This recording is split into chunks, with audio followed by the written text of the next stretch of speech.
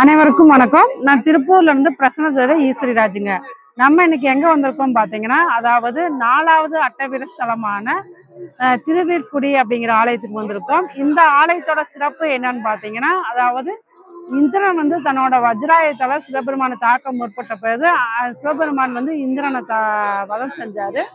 அதே போல அவரோட கோபத்தை தணிக்கிறதுக்காண்டி அந்த நேரத்துல வந்து அம்பாள் வந்து கொஞ்சம் சமாதானப்படுத்துறதுனால அவரோட வியர்வை துளி வந்து ஒரு சமுத்திரத்துல விழுந்து அந்த வியர்வை துளில ஜலந்திரன் அப்படிங்கிறவர் உருவானாரு.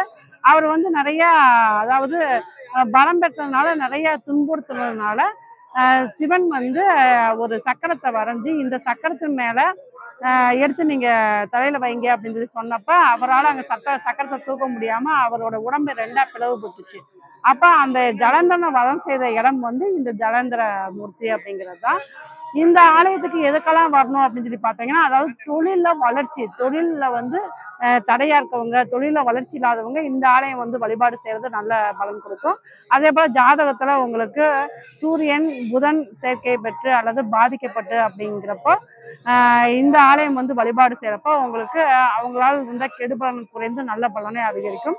குடும்ப ஒற்றுமைக்கு, தொழில் வளர்ச்சிக்கு இதெல்லாமே இந்த ஆலயம் வந்து வழிபடலாம். நன்றி.